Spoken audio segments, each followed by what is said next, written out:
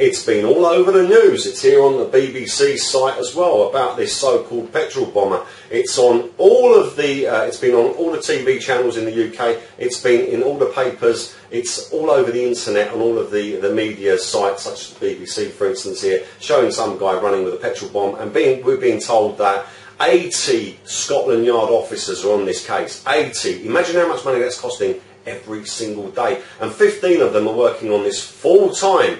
And Scotland Yard have said that they're spending time looking at YouTube videos and finding evidence and stuff. Why is it they didn't find what I found? What I found, I'm going to show you now, basically completely debunks this first video here.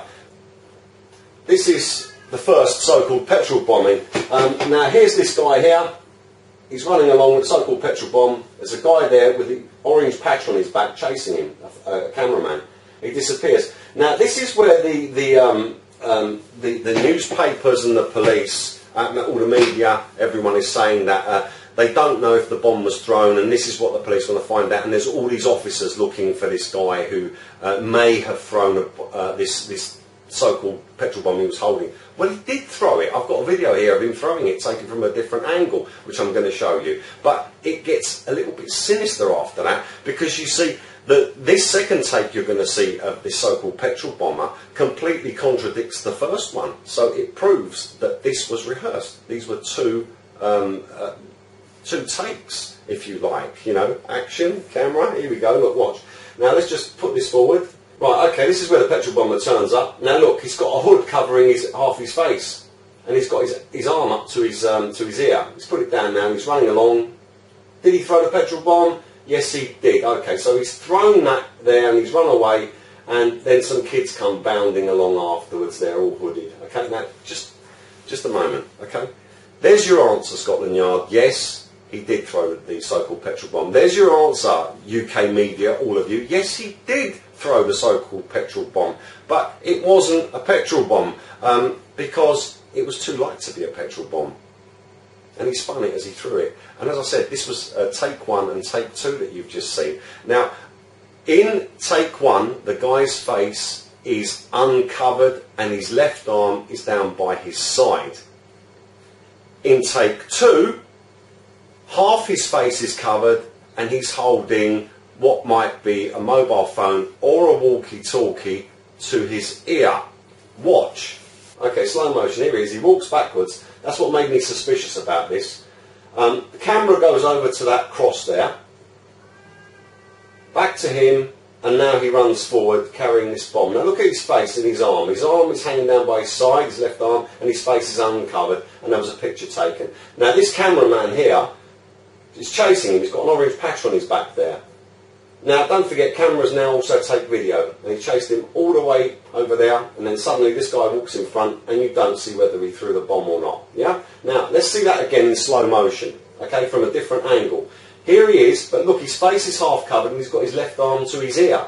He's on a phone or a walkie-talkie. You see that? Off he goes, runs along, then down comes his arm. There's that cameraman again chasing him. Why aren't the police looking for that cameraman? Look at that. And there he goes.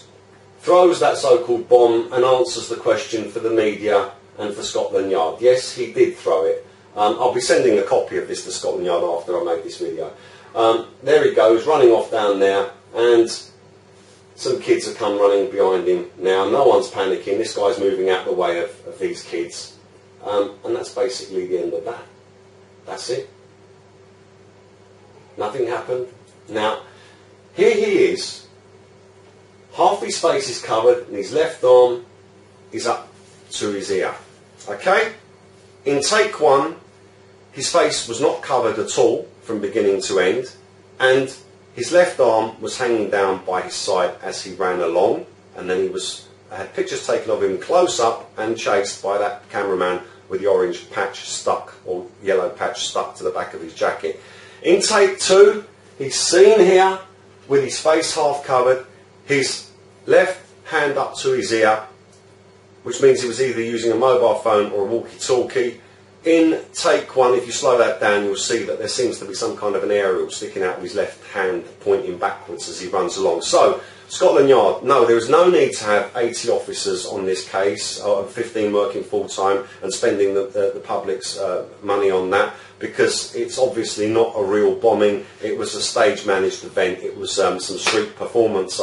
Perhaps someone might say it was street performance. Other people will claim that you know, this was a rehearsed stitch-up to give the students a bad name. Whatever it was, I don't know. All I'm saying to you is that this footage here proves that that was a stage-managed event, and it was done at least twice. And there seems to have been 2 video cameras on this and 1 still camera, because one of the pictures out on the net is far clearer than the 2 videos that are out there. So obviously something is wrong. And why aren't the police looking for that cameraman?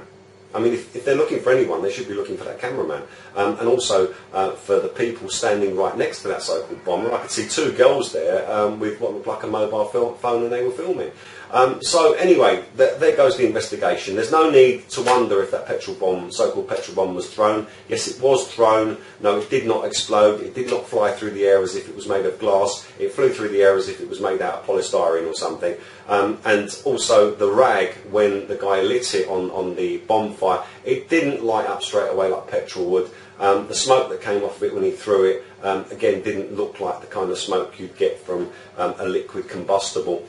So yeah, this the students shouldn't bear the stigma of this person here who may or may not have thrown this so-called petrol bomb, because it's obviously nothing to do with the students. This was something that was stage managed by whom I do not know, but I think the police should be looking for them, and that 80 police officers could do better than go looking for this person, and 15 working non-stop. That's a lot of money out of the public purse. It's just not acceptable. It needs something done about it. And as I say, I'll be sending these clips to Scotland Yard as soon as I've finished this video.